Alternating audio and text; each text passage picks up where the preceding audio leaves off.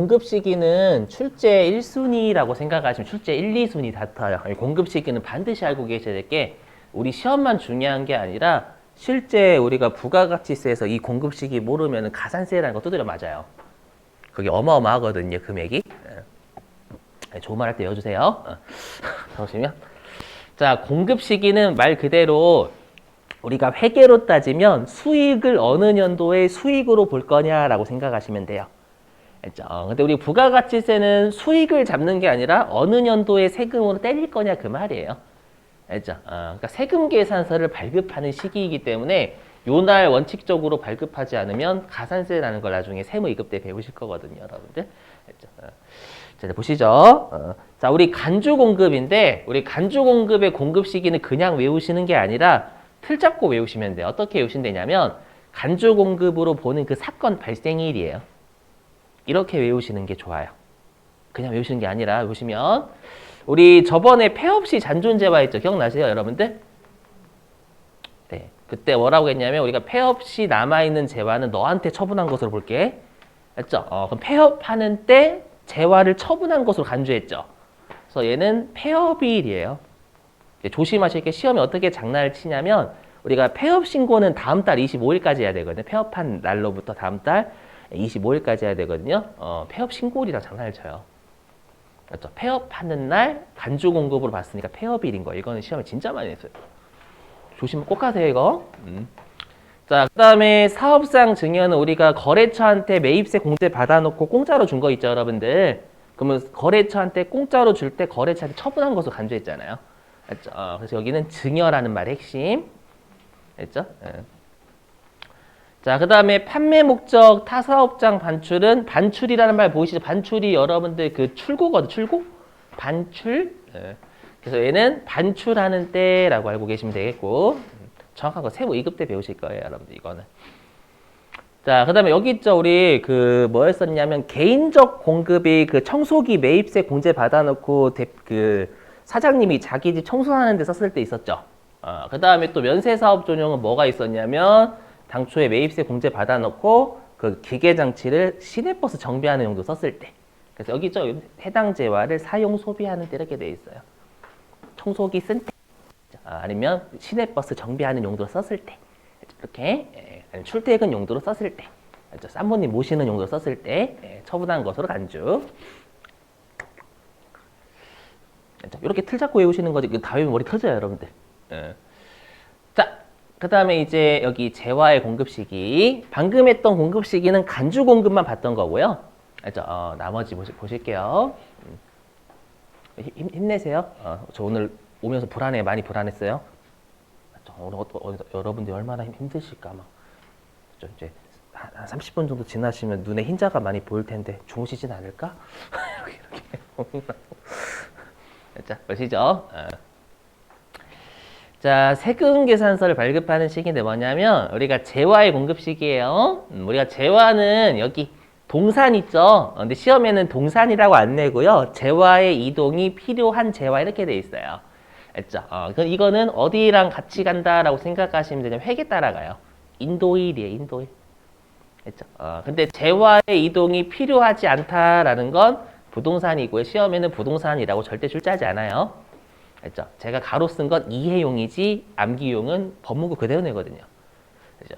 세법이 암기사항인 이유가 이해를 해도 이해되는 걸로 안 내요. 알죠? 법문구대로 내기 때문에 암기 과목이에요. 뭐냐면 부동산도 인도일이에요. 알죠? 인도일인데 여러분 부동산을 인도했다라는 표현은 세법 입장에서 좀 그런가 봐요.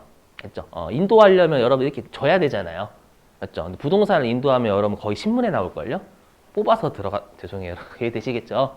그래서 열쇠를 넘겨준다, 이용 가능하게 되는데 이렇게 돼 있는 거예요. 아셨죠? 어차피 둘 다 인도인은 맞는데 인도인이라 좀 하면 안 되나? 그죠? 좀 약간. 자, 그 다음 여기 반드시 암기. 자, 반드시 암기 진짜 많이 내요. 공급 시기는 제가 알죠? 여러분 특히 세무 2급 대부분 올라가실 거라고 믿어 의심하지 않고요. 세무 2급 때 공급 시기는 1순위예요, 1순위. 알죠? 공급 시기 1순위예요. 정말 부진장 출제 많이 해요, 진짜 공급 시기. 알죠? 그걸 거기 똑같이 나, 똑같이. 알죠? 그럼 그때 하면 되죠. 라고 하시면 잘 말이 없네요. 그때 하면 되죠, 선생님. 왜? 우리 시험도 많이 내고. 둘 다. 자, 보시면 여기 조심하셔야 돼요. 뭐냐면 우리가 현금 판매하고 외상 판매 있죠. 걔는 뭐냐면 인도일이에요. 인도일. 맞죠? 근데 시험이 어떻게 장난치냐면 현금 받았을 때 이렇게. 아니에요. 인도일. 우리 외상으로 팔아도 부가가세 걷어야 되잖아요. 맞죠? 자, 그 다음에 요 두 번째 조심. 두 번째. 자, 설명 좀 할게요. 용어가 제가 그지 같은데 시험에 그지 같은 용어로 돼요. 자, 장기 할부는 어렵지 않죠? 넘어가고 이거는 제가 설명 안 할게요. 자, 중간 지급 조건부는 뭐냐면 여러분 계약금, 중도금, 잔금 있죠? 그리고 우리가 중간중간마다 주는 거잖아요. 특히 중도금 같은 경우에는. 맞죠? 그래서 걔를 중간 지급 조건부라고 불러요. 계약금, 중도금, 잔금 거래하는 거. 알죠? 자, 그 다음에 완성도 기준은 우리가 배라든지 아니면 여러분들 건물 있죠? 걔네들 같은 경우에는 완성되었을 때 돈 받을까요? 그러면은 무서워요. 맞죠? 내가 건물 짓고 있는데 돈을 완성되었을 때 받는다라고 하면 짓는 동안에도 돈을 받을 수 있을까? 이렇게 생각하기 때문에 실제로 완성된 퍼센트에 따라서 대가를 받기로 서로 간에 약정을 해요. 주고받기로. 아시죠? 그게 완성된 정도에 따라서 대가를 나누어서 주고받는 걸 완성도 기준이다라고 불러요. 그렇죠? 그다음에 계속적 공급은 24시간 내내 파는 거. 대표적인 게 부동산 임대업, 용역은 지금 재화인데 용역도 같이 있으니 같이 설명할게요. 용역은 우리가 부동산 임대. 그렇죠? 그 다음에 재화 같은 경우에는 전기요, 전기. 한전에서 24시간 내내 팔죠? 알죠? 걔네들도 마찬가지예요. 자, 그럼 얘네들의 특징이 있어요. 자, 얘네들의 특징은 금액이 커요, 작아요?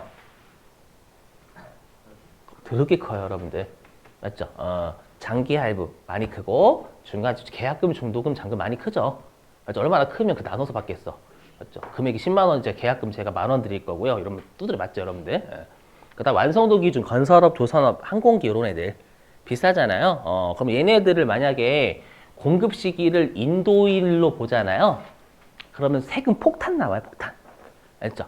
그래서 취지는 뭐냐면 세금을 폭탄으로 때리기보다는 나누어서 때릴게. 이해되시겠어요? 그래서 여기 있죠? 대가의 각 부분을 받기로 한때. 그게 약정일마다 세금을 부과하겠다 그 말이에요. 맞죠? 말 참 어렵죠? 시험에는 약정일이라고 출제하지 않아요. 대가의 각 부분을 받기로 한때라고 출제하지. 알죠? 자, 그 다음에 요 가공 좀 할게요. 가공. 이 가공 시험에 최근에 내더라고. 왜 내는지 모르겠죠. 보시면. 여기 설명, 여기. 동그라미 4번. 얘 보세요. 여러분, 가공이 대신 만들어주는 거죠. 가공. 근데 우리가 가공이요. 재화의 공급으로 보는 가공이 있고요. 용역의 공급으로 보는 가공이 있어요. 그럼 여러분들이 구분해야 되나요?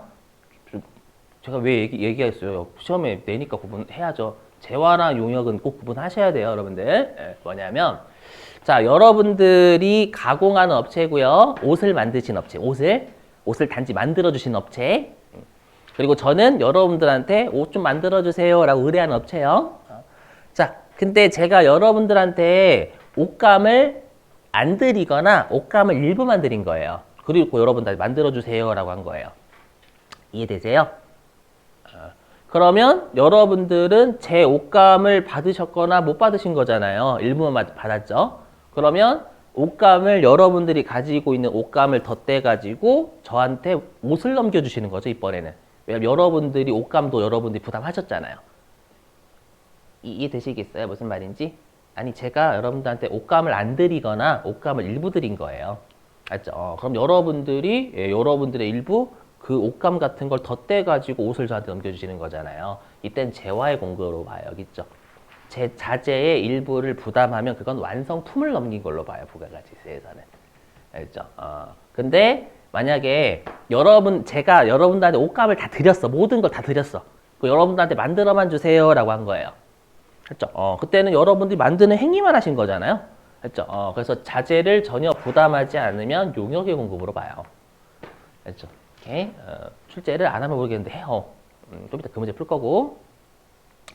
자, 또 문제가 있어요. 자, 건설업하고 음식업 있죠? 건설업하고 음식업은 용역하고 재화가 결합되어 있거든요. 건설 행위는 용역이죠. 근데 건설 자재, 철근 같은 거나 공급하는 건 그건 재화의 공급이에요. 그렇죠? 음식도 조리하는 행위는 용역. 근데 음식 좀 그렇긴 하다. 음식물 재화, 재화를 공급하는 거. 그렇죠? 둘이 섞여져 있잖아요. 그러면 건설 행위, 조리 행위가 초점이다라고 봐요. 저랑 백종원 선생님이랑 똑같은 그 요리를 써요. 똑같은 재화를 써요. 둘이 똑같이 만들 수 있어요? 그죠? 불가능해요. 왜냐하면 조리하는 행위가 중요하거든요. 이거 누구 조리하는 행위. 맞죠? 건물도 둘 다 철거는 같이 해요. 하지만 건설을 잘하는 사람과 못하는 사람이 차이 크죠. 그래서 용역이 핵심이다라고 봐요. 알겠죠? 그래서 건설업하고 음식업은 주요 자재 부담했든 안 했든 무조건 용역으로 봐요. 그렇죠? 여기 아까 이 건설업하고 음식업 뺀 건 나머지는 주요 자재 부담하면 재화, 주요 자재 부담하지 않으면 용역이거든요. 음식업하고 건설업은 무조건 용역으로 봐요. 그렇죠? 행위가 초점이다라고 생각을 하는 거예요. 아시죠? 암기.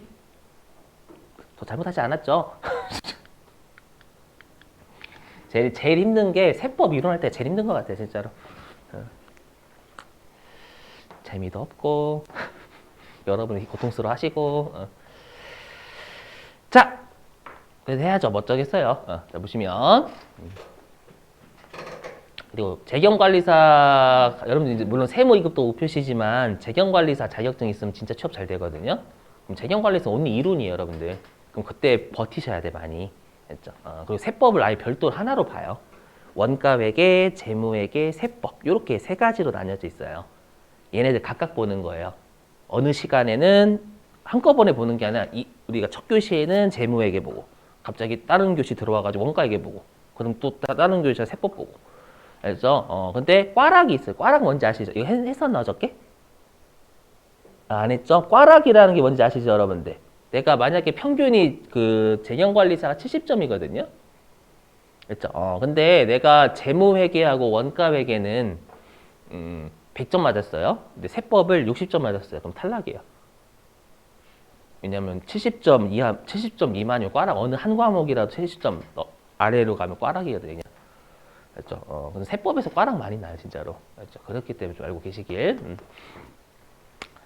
자, 그 다음에 여기에서 재화의 공급으로 보는 가공은 언제 했냐면 재화니까 인도했을 때, 맞죠? 용역으로 보는 가공은 완료했을 때 용역을. 자, 그 다음에 무인 판매기. 자, 무인 판매기는 여기에요. 현금을 인취하는 때, 속된 말로 표현하면 돈 꺼냈을 때. 그죠? 근데 시험에는 인취하는 때라고 줄 거예요. 얼마나 아름다운 표현이죠. 이거 처음 공부했을 때, 야, 진짜 아름다운 표현이다. 인취? 감흥 없어요, 여러분들? 감흥 없어. 용어 되게 이쁘다. 인취라는 말을 처음 들어봐가지고 제가 그때. 그래서 알고 계시고. 그 다음에 조건부 판매는 어느 조건을 내걸어서 파는 거예요. 그럼 그 조건을 만족하면 되겠죠, 여러분들?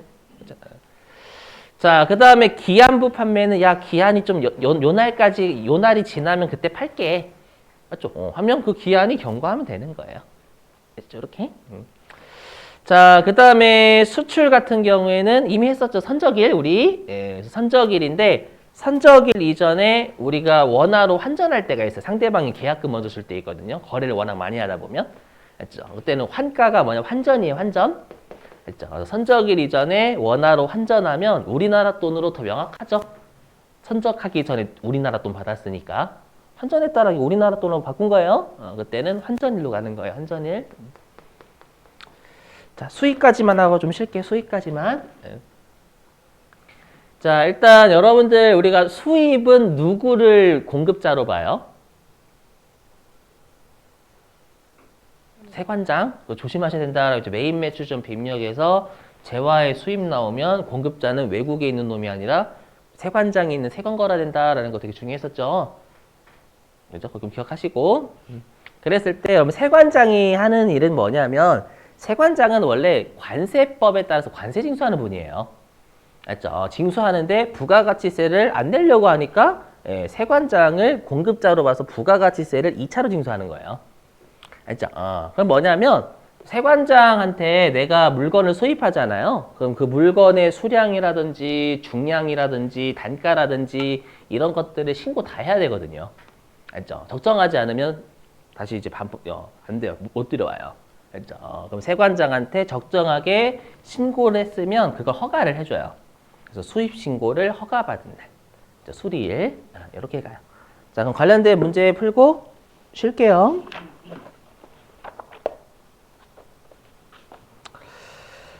자, 어디냐면은요. 103의 14번.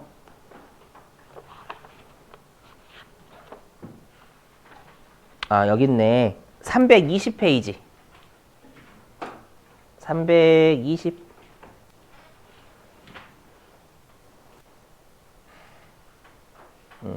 자, 320페이지 14번이네요.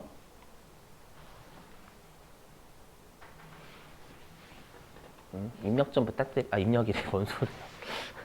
네, 풀어줘 주세요. 오늘 왜 이러지? 14번.